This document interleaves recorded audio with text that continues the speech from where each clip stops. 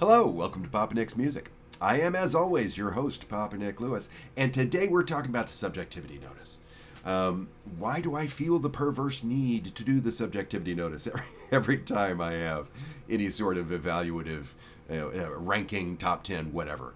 Why do I feel compelled to talk at length about how there is no such thing as objectively good or objectively bad art? There is only art that I like and art that I don't, and as long as we keep that in mind and blah, blah, blah, blah, blah. Can't I just take it as a given that this is all a matter of taste? Can't I just give it a rest for Christ's sake and get on with the ranking, the video, the top 10, whatever it is?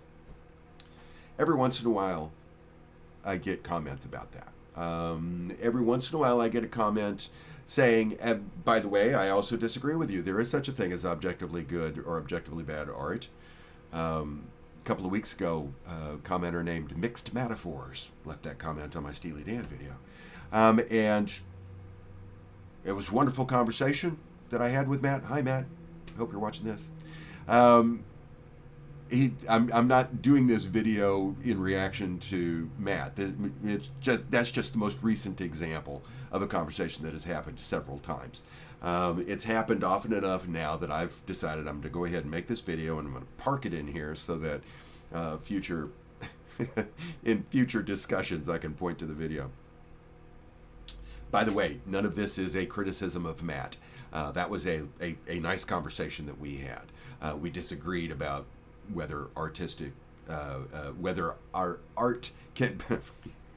We disagree about whether art can be objectively good or not, but it was a good, friendly, meaningful, and helpful conversation. So, not a criticism. Don't go there. So, why do I do this?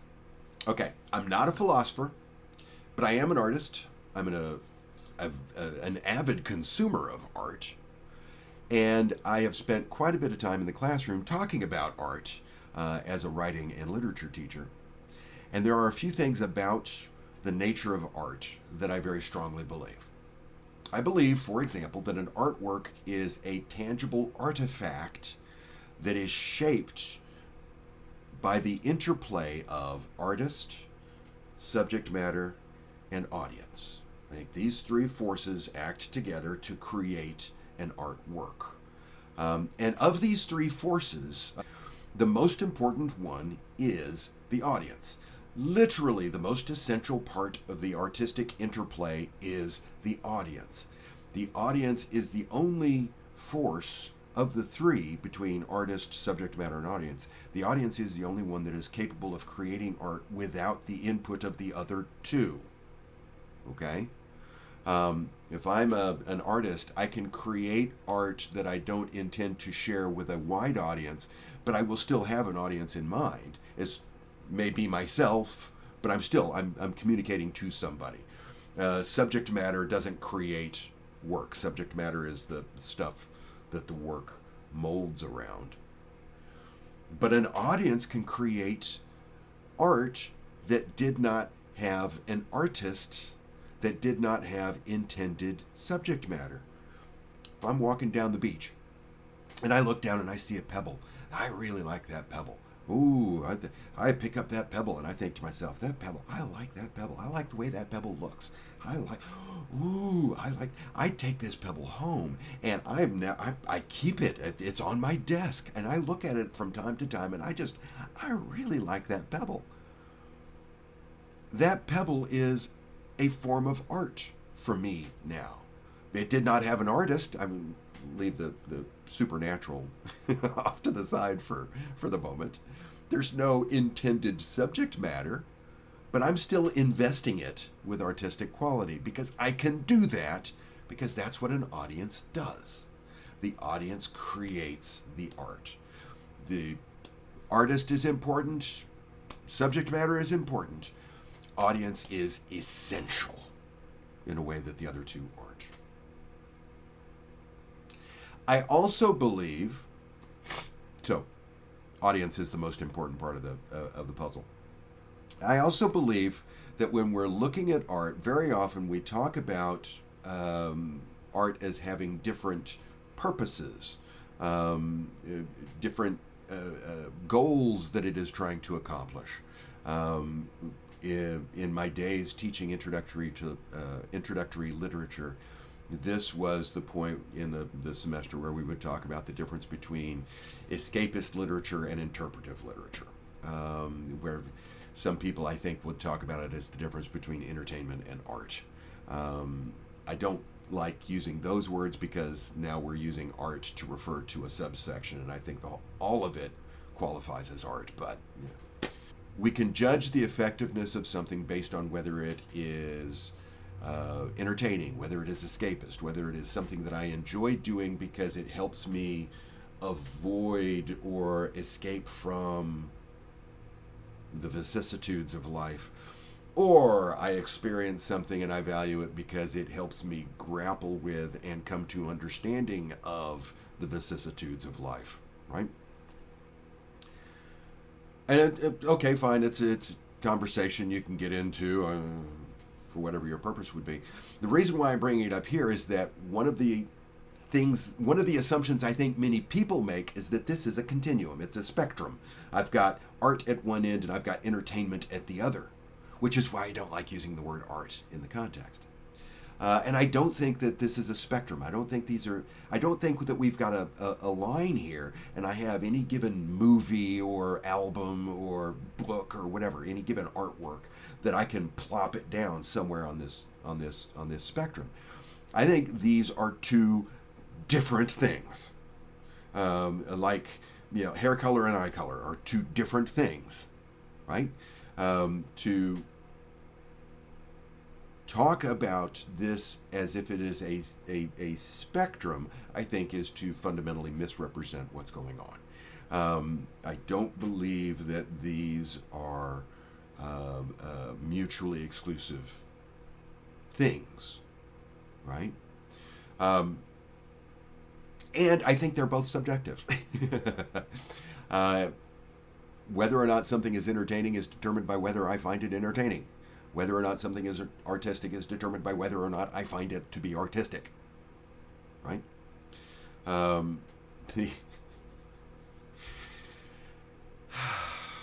So we've got subjectivity on multiple levels. No matter how strong something is, no matter how strong you think something is, there will be somebody out there who thinks it's weak. No matter how entertaining you think something is, there will be somebody who thinks it's boring. No matter how meaningful you think something is, there will be somebody who thinks it's shallow or meaningless, right? The audience determines this stuff. While we're on this topic, I also reject the idea that there is some art that is better than entertainment. I don't. It's not just that I see art and entertainment, interpretive works versus escapist works. It's not just that I see those as two different things. I do not see them as existing in a hierarchy, one against the other. I don't care if Martin Scorsese thinks that movies in the Marvel Cinematic Universe are not true cinema. The fact that he thinks so does not make it true. The expert, the critic, the connoisseur has a vocabulary that allows for a clearer expression of ideas and has developed either through education, training, or experience an ability to distinguish, to discern fine details. But the ability to discern those details, the ability to express those details, does not mean that those details are inherently more valuable. No. There is no work of art that has a purpose that is better than another work of art. At any point along this conversation, if we're talking about something being better than something else, that distinction, better than, is subjective. Now, finally, I believe that art is by nature a bond builder. It's a community strengthener. It is one of the ways that we identify who we are relative to one another.